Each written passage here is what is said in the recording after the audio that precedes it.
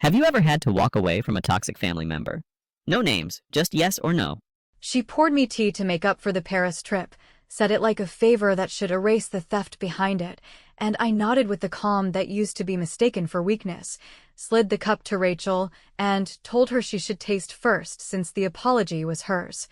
while Mom wore that brittle smile that always cracks when fairness walks in. Paris did not fall into Rachel's lap by luck. It arrived because she forwarded my deck without my name, pitched my work in my language to people who have known me for years, accepted the travel like Merit had finally noticed her, and then came home with duty-free gifts and a sisterhood speech that my mother applauded as if applause could bleach a receipt. I stopped arguing facts after watching them warp under the ceiling, so I started arranging instead, which is why I brought my own water and asked Rachel to drink first, not to start a scene. But because in this family, the only lessons that last are the ones you feel at the back of your throat. Mom launched the script about fresh starts and mature women and how travel changes perspective, and Rachel leaned into it with practiced innocence, saying she hated how the Paris thing looked and she never meant to step on me, which is charming considering how her footprints match my calendar, and I said intentions are interesting but outcomes are real, then mentioned how my sent emails somehow reappeared in her account with my formatting intact. If you grow up labeled sturdy while your sister is labeled delicate, you split desserts, split credit, split the blame when she breaks something, and learn that saying no will be called unkind, which is why I swallowed thin apologies poured into pretty cups for years, until I realized swallowing is a habit and habits can be broken. I am not angry in the way they love to dismiss. I am clear in the way they cannot answer, and clarity here is simple. My work got taken, my name got trimmed, my mother cheered, and I am done performing gratitude for a stage that keeps borrowing my lines. So I kept my voice even and asked Rachel again, gently, to go ahead and sip. She lifted the cup and tapped it against my glass, the little clink meant to announce that peace had returned, and I let it land because people like Rachel only respect boundaries when they meet something that does not move, and I did not move. I just watched the rim touch her lip while my mother searched my face for the cue to declare closure. There was a time I believed patience would soften the pattern, that if I kept being reasonable my mother would stop rewarding convenience, and that if I kept sharing Rachel would stop taking, but that belief was a child's blanket pretending to be a contract. So I folded it away and kept one rule instead, which is that I will not drink what I did not order. So here we are, with the cup on Rachel's side, with Mom poised to declare peace the moment I nod, with my spine no longer bending for the family photo, and with me choosing a demonstration over a speech, which is that whoever brings the tea should be brave enough to drink it first, and if you want to know what happened next, you will have to sit with me for one more minute and let the room answer. Rachel lifted the cup with that careful performance she uses when she wants to look gentle and reasonable, took one long sip to show she is brave and generous, set it down with a little click that was supposed to feel like a truce, and then, as if the room finally remembered what honesty feels like, began coughing in a tight, panicked rhythm that pushed the air out of her body while my mother's face drained of color in a way I have only seen when control slips through her fingers and refuses to come back. I did not rush to pat her back or fetch a napkin or whisper the usual soft words that make everyone feel better about ugly things, because the thing choking her was not the sip itself as much as the history inside it. And I have already spent too many years putting gauze on choices that were never accidents, so I lifted my own glass, took a slow drink that tasted like nothing but water, and let silence do the talking that no one in this family ever allows me to finish. My mother started with a line I have heard since childhood, a dusty little prayer to order where she says everything is a misunderstanding and we should remember we are family and give grace to each other, yet while her mouth moved, her eyes tracked the cup like it might stand up and speak, and I watched the flicker of recognition in her look, the small and telling flinch of someone who forgot that a plan stops being safe the moment the target refuses to play along. Rachel wheezed, reached for my glass, realized it was not the tea, and looked at me with that old mixture of irritation and awe she saves for moments when I do not swallow what she serves. She managed to rasp out that something was wrong with the blend. That maybe the kettle had left a taste from earlier, and I almost laughed because there is a limit to how many times you can hear a person blame the container while they keep picking the contents, and in this house that limit came and went years ago. I said nothing for a long stretch that felt like the living room was holding its breath, and when I finally spoke, I kept my voice level and almost kind,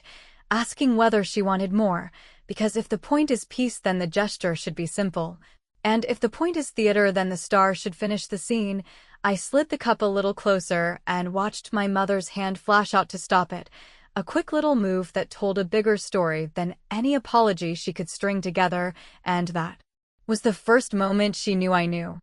The truth is, I had no interest in dramatic confrontations or plates thrown or bans announced, because the things that heal me have never been loud, they have been precise. And there is nothing more precise than letting a person meet the consequence they brewed with their own ideas, which is why I did not swap the tea as a joke or a stunt. I simply refuse to be the only one who drinks what others design for me while they stay dry and smiling on the sidelines. My mother whispered that perhaps the leaves had gone stale, that the water might have been odd, that Rachel has a sensitive throat when she is tired, and I said I believed all of that and more. Because sensitivity is a lovely word that has excused a lifetime of deliberate choices, and since we are all being careful, I explained that I had brought my own water because jet lag can play tricks on the stomach, especially after a Paris trip that came at the exact cost of my work, my name, and my time, which makes digestion a complicated thing. Rachel coughed again, softer now, the scare giving way to anger, and tried to summon the righteous tone that always got her rescued as a child, telling me I was cruel to make a scene when she was trying to repair our relationship. But I reminded her that scenes are what happen when the curtain finally lifts, and the only thing I did was open the window and let daylight in on the blocking, which, from where I am standing, is the cleanest kind of justice a family like ours ever gets. I could feel the urge in my body to end it there, to be generous and offer the line that frees them from the corner they built, yet I let the urge pass, because I have learned that forgiveness without truth is just stage makeup on a bruise. And since everyone here loves theater so much, I decided to let the show keep running a little longer by asking a simple, almost gentle question that cleared the haze and set the next act in motion, which was whether they really thought I would not notice. The taste, the timing, and the silence that always follows when a plan expects me to be grateful. The room went still again, Rachel's breathing steadied just enough for her to glare. And I leaned back with the same calm I walked in with and said that if they want the full explanation of what I noticed and when, they should invite one more person to the table before I pour anything else. When my mother insisted that adding one more person would only inflame things, and that we should resolve it as three reasonable women who know how to keep family matters contained, I smiled in that way she always read as surrender while my phone rested against my thigh with the unsent message already typed, and when she paused to gather a new line about grace, I tapped send. Because I've learned that quiet decisions travel faster than lectures, and that the person who needs to be in the room is the one who never takes sides until the arithmetic gets undeniable. My father stepped in from the hallway a few minutes later with the soft clatter of keys and the cautious, steady look he keeps for budget meetings and hospital corridors, asked if everyone was all right, took in the half-empty cup, the glossy shopping bag from the trip that started this mess, my glass of water glinting next to it, and my sister's pink-rimmed eyes. And when no one volunteered a story, he sat down like a man who trusts silence more than explanations and told me to speak first if I had called him, which I had, because I am done handing the microphone to people who rehearse excuses while I am still walking to the stage. I started with something simple, because simple opens doors, and told him that I had not touched the tea because I did not order it, that Rachel had taken a generous sip to model reconciliation, and that the cough which followed had less to do with the blend than with the pattern we have all been subsidizing. A pattern that sent her to Paris on credit she did not earn and left me writing polite emails to people who watched my work leave the building with a different name on it. I watched my mother blanch at the directness, yet I kept going, not louder, only steadier, because steady is the register that finally lands. What I did not say to them before today, I said now, that I had been noticing little seams for months, The way my drafts appeared in Rachel's cloud drive with my spacing but her file name. The way my calendar invites were accepted from another account at the same minute that I received cancellations from the client. The way a compliment about clarity showed up in a meeting I never joined and was later quoted back to me by someone who thought I had been there, and how all of that would have been shrugged away as crossed wires if I had not begun to sew in threads only I could recognize. I told them how I started leaving harmless fingerprints in the work that looked like typos to anyone else, a double space where I never use one, a deliberate misuse of a hyphen in a header that no editor of mine would ever let stand. A tiny change to the shade of the blue in the chart that only the style guide and I track, a different punctuation mark in the tagline that clients joke is my signature, and how, in the week before Paris, every single one of those private tells appeared in the deck. That left under Rachel's name, confirming what I already knew but can finally prove without raising my voice or my blood pressure. I mentioned the forwarded confirmations that did not include me yet used my project code, the itinerary routed through my mother's email, as if a parent's account were a shield against accountability. The note to accounting that arrived from my sister's address asking that reimbursements be directed to her card because, as she phrased it, she had stepped up as primary. And the pettier but no less revealing detail that the hotel loyalty number on the booking happened to be mine, since she apparently assumed I would never check or would feel too childish to bring it up.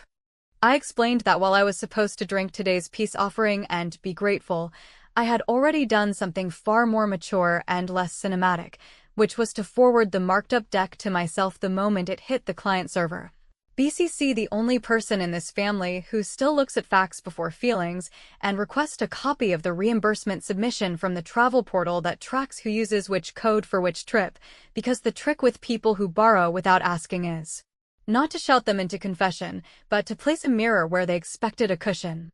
My mother tried to interrupt with the well-worn hymn about sisters needing to support each other and the world being hard enough on women without us making it worse. And while I agree with the principle, I do not agree with being the only person in this room asked to swallow her own name for the sake of harmony that never seems to cost anyone else. So I handed my father a small envelope with printouts that showed the fingerprints I had just described, let him read without commentary, and watched the way his jaw tightened at the parts that even he could not rationalize into a misunderstanding. Rachel, who had found her breath again and with it the delicate outrage that has served her since childhood, demanded to know why I would set traps for family and whether I enjoyed humiliating her, and I told her that I had not trapped anyone. I had simply stopped cushioning her from the consequences of choices she made with her eyes wide open, choices that somehow always delivered her the tickets and me the apologies. I kept my tone even and, because I like things tidy, I added that I had already asked the client to suspend use of the deck until the original author could confirm it, which means the clock on borrowed glory had finally run out. My father folded the papers and looked at my mother with that measured, exhausted gaze that speaks of overtime hours and long drives home, and then he looked at Rachel in a way I have rarely seen, not cruel, not furious, just unwilling to be managed by tears and noise, and he asked if there was anything at all she wanted to correct before he made phone calls he could not unmake, which was the moment I realized the ground had shifted, not in my favor but into reality. And that is all I ever wanted. Since we are telling the truth now, I said, why do we not make this simple and start with the trip that was supposed to mend everything, the one that cost me my name on a deck and bought you a handful of photos and a bag of perfume? Because if we are going to talk about peace, then we should tell it the truth it needs to stand, and while we are at it, why don't you tell him about Paris? My father asked for a simple explanation that did not wander or dress itself up like something delicate, and since I have learned that clarity is not the same thing as cruelty when the facts already carry their own weight, I started with the paper he held and walked him through each mark I had planted to trace authorship, the deliberate double space that would never pass my own review, the shade shift in the chart that only the style guide tracks, the small punctuation choice in the tagline that every client jokes is my fingerprint, And I watched the moment he recognized that these were not coincidences or glitches in a busy week, but fingerprints that traveled with the deck from my laptop to Rachel's itinerary, the same way a luggage tag clings to a suitcase, no matter how many times someone pretends it is theirs. My mother tried to take the papers like she could rub them and blur the edges, and when he did not let go, she started the familiar plea that sisters should build each other up, that sharing is not stealing, that travel is just optics and I should not read too much into it. While Rachel leaned back with her chin up in that old posture of wounded generosity and said she only took the trip because the client needed a face and ours is a family that shows up for opportunity, which would be charming. If the opportunity had not been cut from my hours and glued to her calendar with a confirmation email that asked to reimburse her on a card ending in the same 4 digits as mine. I told them I had already spoken with the client's coordinator when I noticed the submission for reimbursement included my internal project code and my loyalty number, that I had forwarded the marked deck with the fingerprints and the timestamped server log showing when her account uploaded the file with my private tells still intact, and that the coordinator confirmed the account tied to the travel booking was an address that routes through my mother's inbox, which might be convenient for household management, but looks a lot like insulation when the money follows a path that makes accountability hard to trace. My mother said she sometimes helps Rachel with bookings because Rachel gets overwhelmed by details and because my mother prefers to keep an eye on travel when a woman is abroad, which would be tender if she had once done that for me, and would be sensible if the request to reroute reimbursement had not included a line about primary lead and presentation author, phrases that are not travel details but job credit. And when I asked why those were in an email she barely glanced at before pressing send, she did not have a clean answer beyond the exhausted claim that she cannot read every line, which is interesting given how she always finds time to read mine. Rachel, who had recovered her voice along with the defensive rhythm she treats like rhythm is proof, accused me of planting tricks to make her look bad, and I told her the only trick I planted was the truth she did not think anyone would look for, and that I would have been happy never to use it if she had acted like a partner and not a passenger demanding the window seat, and that if she really believed in transparency she would have looped me in before the plane boarded, before the perfume was purchased, before the apology tea was brewed, and before my name was quietly moved from the front of the deck to the recycle bin like it was clutter. My father asked whether the coordinator had paused the project, and I said yes, not cancelled, but paused pending confirmation of authorship and a clean reissue, and that I had already agreed to deliver the corrected version by the end of the week under the condition that the record reflect reality and the travel reimbursements be reconciled to the person whose code was used, which he agreed sounded fair, and which made my mother stiffen because fair is only a comfortable word in this house when it lands on Rachel's side of the ledger. Because I am tired of lessons that evaporate once the door closes, I added one more detail that I had kept until the room was quiet enough to hear it, which is that I had spent last night at Grandma's kitchen table with copies of everything and the straightforward story she is owed, since she is the only person in this family who still believes love does not require a blindfold, and that I did not ask her to take sides. I only asked her to hear me before someone else called it an overreaction, and sealed it with a cup of tea, and that Grandma, who knows exactly how favoritism ruins women who could have been allies, listened without fixing her face into sympathy or skepticism, and said she would handle what falls under her name. My mother whispered that bringing Grandma into this was disrespectful and escalatory, and I told her the disrespect started when my work was removed while my mother's inbox helped the replacement get paid to enjoy it, and that the only escalation here has been toward truth, which she can try to manage, but she cannot file it away now that it sits in someone's hands who does not qualify love with convenience. And since we are apparently done pretending this is a misunderstanding, I said we could all stop acting surprised by the cough, or the pause, or the printouts, and start facing the part that actually matters, which is that the person who decides what happens next is already on her way. My father set the papers down like they were finally heavier than the room's excuses and asked who exactly I had invited, and I told him I had not invited anyone because I am not the only granddaughter in this family. I simply told the truth to the woman who signs the checks, keeps the photographs, and remembers who showed up when it counted, and that I suspected she would want to see for herself whether the word reconciliation in this house still means what it is supposed to mean. And as I finished saying that, the old doorbell rang in that unmissable tone it has had since childhood. My mother looked like she wanted to be somewhere else. Rachel reached for her lip like a child who just remembered she is not the hero of this version of the story. And I stood up with a steadiness that did not ask for permission, because I had already delivered the only revenge that matters to me, the kind where the truth arrives wearing its own shoes and knocks loud enough that nobody can pretend they did not hear it. Grandma stepped into the room with the steady kind of quiet that makes people adjust themselves without being asked, took one look at the cup sitting like a prop and at my glass that held nothing but water,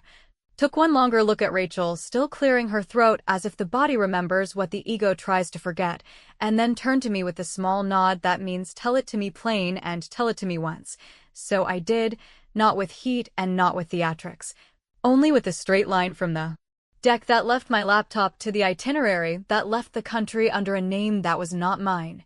and with the choice presented as reconciliation that required me to drink what I did not order and to pretend gratitude for a piece that would be filed as proof against me the next time I objected to being erased.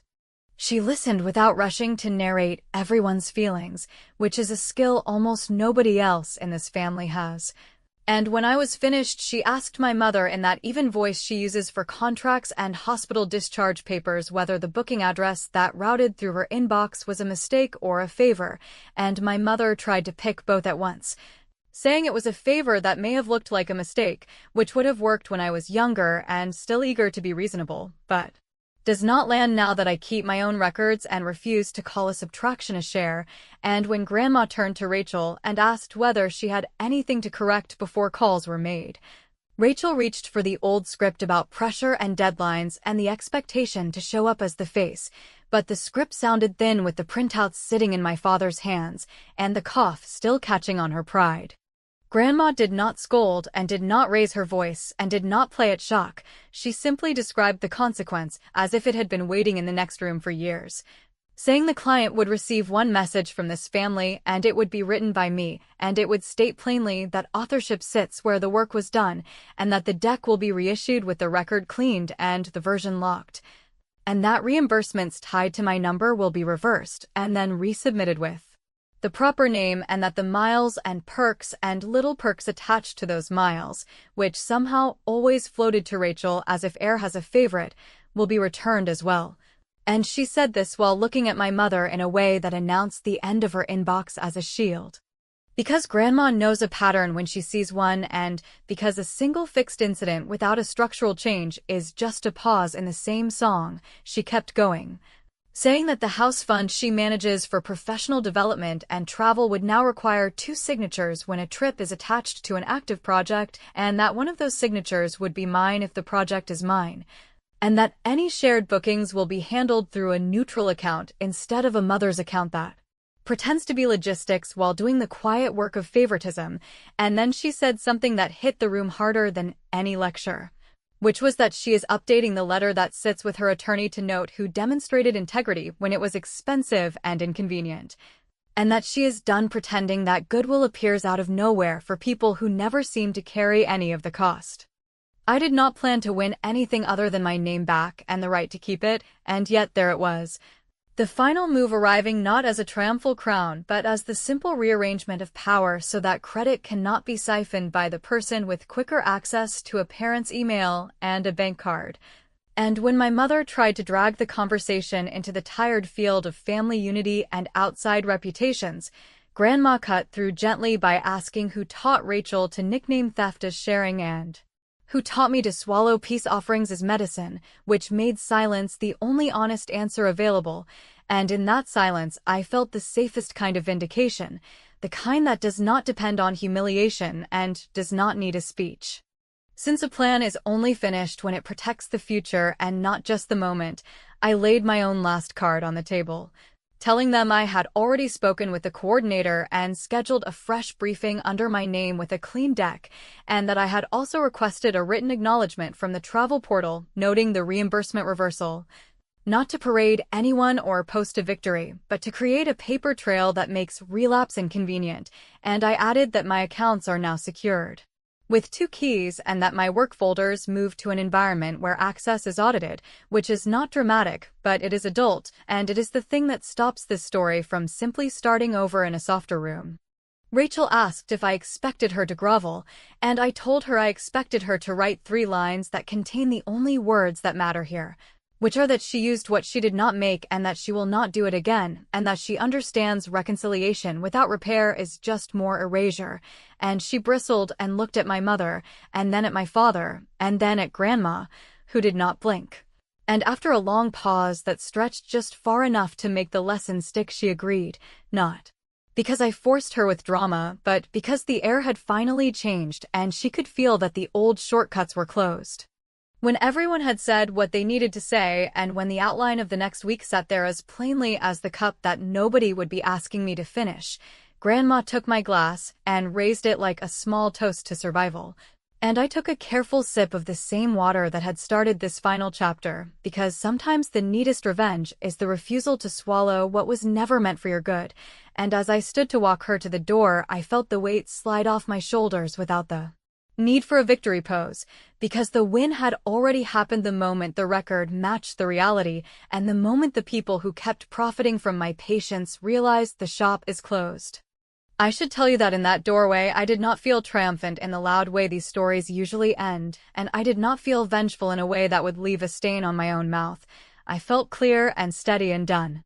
And I knew I would sleep without rehearsing speeches or editing emails in my head, because the last move had been made by letting the truth walk in on its own feet and rearrange the furniture to match the facts. And the funniest part, which I said to Grandma and she laughed without judgment, is that I never wanted Paris or the perfume or any of the scenery that comes with being selected. I wanted them to understand that I was never the fool in the room and that I am finished drinking from cups that I did not order.